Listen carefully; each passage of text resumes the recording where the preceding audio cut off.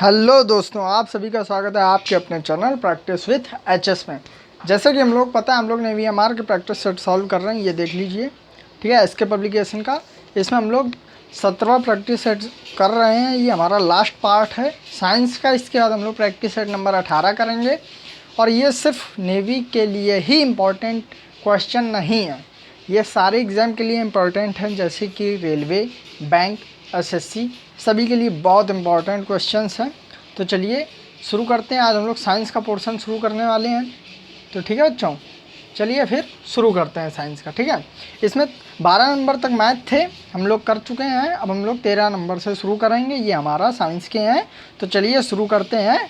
ठीक है, ये है पहला क्वेश्चन दिया है, यदि पृथ्वी अपने अक्ष पर घूमना बंद कर दे तो भूमध्य रेखा पर स्थित वस्तु का भार पहले की अपेक्षा कितना हो जाएगा। तो ध्यान रखिएगा बच्चों, पृथ्वी जब अपने अक्ष पर घूमना बंद कर देगी ना, तो पृथ्वी का जो सामान्यता भार है वो अपेक्षाकृत थोड़ा सा अधिक हो जाएगा। क्या हो जाएगा? थोड़ा सा अधिक हो जाएगा। Option number B. क्यों? क्योंकि जब देखिए कोई भी चीज़ घूम रही होती है तो वो अपना कुछ ना कुछ हिस्सा क्षय करती जाती है। समझ रहे हो? जैसे कि इलेक्ट्रॉन घूम रहे होते हैं तो वो अपनी ऊर्जा क्षय करते जाते हैं। समझ रहे हो? तो इसी प्रकार हर एक चीज़ ऊर्जा निकलती जाती है ना, तो उसका कुछ ना कुछ हिस्सा कम होता जाता है। जब वो घूमेगी ही नहीं तो ऑब्वियसली उतनी ही रहेगी। और ऊपर से आप लोग खुद समझ रहे हो, गुरुत्वाकर्षण बल इतना ज़्यादा रहता है कि उसका वजन भी बढ़ जाएगा सामान्यता से थोड़ा सा अधिक। तो हम लोग चलते हैं अगले क्वेश्चन में। अगला है हमारा, कैथोड किरणें जब किसी चुंबकीय क्षेत्र से लंबवत प्रवेश करती हैं तो क्षेत्र में उनका पथ कैसा हो जाता है। तो ध्यान रखिए बच्चों, कैथोड किरणें जब चुंबकीय क्षेत्र में प्रवेश करती हैं तो इनका जो पथ होता है ना बच्चों, वो वृत्ताकार हो जाता है। कैसा होता है बच्चों? वृत्ताकार हो जाता है। Option number B. ठीक है, अगले क्वेश्चन चलते हैं। जब प्रकाश की किरण सघन से विरल, विरल मतलब हल्के या विरल, बात ये की है, सघन से हल्के माध्यम में जाती है तो ध्यान रखिएगा बच्चों, जब प्रकाश की किरण सघन माध्यम से विरल माध्यम में जाती है तो ध्यान रखिएगा बच्चों गौर से, हमेशा अभिलंब से थोड़ा सा दूर हो जाती है। क्या हो जाती है? थोड़ा सा दूर। तो option number B is the correct answer. अब जब पूछ लेता है कि जो है विरल माध्यम से सघन माध्यम में जाती है, तो ध्यान रखिएगा अभिलंब की ओर झुक जाती है। क्या बच्चों? अभिलंब की ओर झुक जाती है। ठीक है, अगले क्वेश्चन चलते हैं। क्वेश्चन नंबर 16, यह न्यूटन का शीतल नियम उस अवस्था में लागू होता है जब वस्तु और ब्रह्म वातावरण के मध्य ये ताप आधिक्य क्या हो। तो ध्यान रखिएगा, न्यूटन का जो शीतल नियम है वो तब लागू होता है जब वस्तु और ब्रह्म वातावरण के बीच का जो तापमान होता है ना बच्चों, वो थोड़ा सा लिमिट से कम हो। क्या बच्चों? थोड़ा सा कम हो। तो ऑप्शन नंबर बी। ठीक है, अगले पे हम लोग चलते हैं। अगला हम लोग देखते हैं। अगला है, हीरे के चमकने का मुख्य कारण क्या है।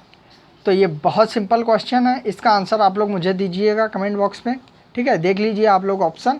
पहला परावर्तन, दूसरा है विसरण, तीसरा पूर्ण आंतरिक परावर्तन, चौथा विवर्तन। इसका आंसर आप लोग मुझे कमेंट में दीजिएगा। अगला क्वेश्चन चलते हैं। अगला है, रेडियो एक्टिविता का मात्रक है। तो ध्यान रखिए बच्चों, जो रेडियो एक्टिविता का जो मात्रक है वो है क्यूरी। ठीक है, क्यूरी भी है, और एक बैकुरेल भी है। ठीक है बच्चों, बैकुरेल ने ही रेडियो एक्टिविता की खोज की थी, हेनरी बैकुरेल। ठीक है बच्चों, तो चलिए, और रेडियो एक्टिविता पे 3 लोगों को नोबेल पुरस्कार दिया गया था। किन्हें? बैकुरेल को, पियरे क्यूरी को और मैडम क्यूरी को। ठीक है, इन तीनों को दिया था एक साथ। अगले पे चलते हैं। अगला हमारा, दिए गए द्रव्यमान का संवेग 4 गुना करने पर गतिज ऊर्जा का मान पहले की अपेक्षा हो जाएगा। तो देखिए, इसके लिए मैं कॉपी में समझाऊंगा। ये थोड़ा सा बढ़िया क्वेश्चन है, पहले आप लोग पढ़ लीजिए। ये क्या कह रहा है? ये कह रहा है, एक मिनट, हाँ, अब पहले आप लोग पढ़ लीजिए ये क्या कह रहा है। देखिए, ये कह रहा है, दिए गए द्रव्यमान का संवेग 4 गुना करने पर गतिज ऊर्जा का मान पहले की अपेक्षा क्या हो जाएगा, ये पूछ रहा है। तो चलिए शुरू करते हैं। मैं ये रफ में आपको बता देता हूँ। ये कह रहा है कि द्रव्यमान का संवेग 4 गुना करने पर, ठीक है, देखिए जो गतिज ऊर्जा होती है 1/2 mv²। अब ये कह रहा है कि द्रव्यमान का संवेग 4 गुना करने पर, ठीक है, मतलब ये हमारा 4 है, ठीक है, संवेग हमारा क्या होता है P बराबर mv, ये mv हमारा 4 है। तो वो कह रहा है कि जो वेग, सॉरी द्रव्यमान का वेग है, क्वेश्चन में आप लोग ध्यान रखिएगा ये थोड़ा सा मिस्टेक है, ठीक है, द्रव्यमान का ये थोड़ा सा गड़बड़ है, संवेग नहीं है, यहाँ वेग है, द्रव्यमान का वेग 4 गुना करने पर, ठीक है, वेग 4 गुना है, तो ध्यान रखिएगा ये v4 है, ठीक है, तो जब हम ये रखेंगे v4v है 4 गुना करने पर, ठीक है, तो ये हो जाएगा m4v का होल स्क्वायर, तो ये हो जाएगा हाफ m16v², ठीक है, और इसे 16 हम कॉमन ले लेंगे तो ये आ जाएगा हाफ mv², 16p, ठीक है, पोटेंशियल एनर्जी p, इसका मतलब 16 गुना हो जाएगा, ठीक है बच्चों, कितना गुना हो जाएगा 16 गुना, ठीक है। ऑप्शन हम लोग देख लेते हैं, ऑप्शन नंबर ए देख लीजिए, ए 16 गुना, ठीक है, अगर ना समझ में आया हो तो फिर से आप लोग देख लीजिए। इसमें कह रहा था कि वेग 4 गुना कर दिया जाए, ठीक है, सूत्र होता है हाफ mv², ठीक है, वेग 4 गुना कर दिया जाए, इसका मतलब वेग पहले था v, ठीक है, अब हो जाएगा 4v, तो 4v हमने लिख दिया, ठीक है, इसको जब हम स्क्वायर खोलेंगे तो 16v² हो जाएगा, ठीक है, 16 हम लोगों ने कॉमन ले लिया तो अंदर आ जाएगा हाफ mv², इसे हम लोग लिख सकते हैं p, तो ये आ जाएगा 16p, इसका मतलब 16 गुना हो जाएगा, ठीक है बच्चों। तो चलिए ये हो गया हमारा क्वेश्चन, बाकी सब थ्योरी वाले हैं। अगले पे हम लोग चलते हैं, अगला है क्वेश्चन नंबर 20। यह दो एक ही पदार्थ के अणुओं के मध्य लगने वाला बल कहलाता है। तो ध्यान रखिएगा बच्चों, दो एक ही पदार्थ के अणुओं के मध्य लगने वाला बल ससंजक बल कहलाता है। क्या कहलाता है बच्चों? ससंजक बल, ऑप्शन नंबर ए। अगले पे चलते हैं, अगला है विकिरणों की तीव्रता किस यंत्र द्वारा मापी जाती है।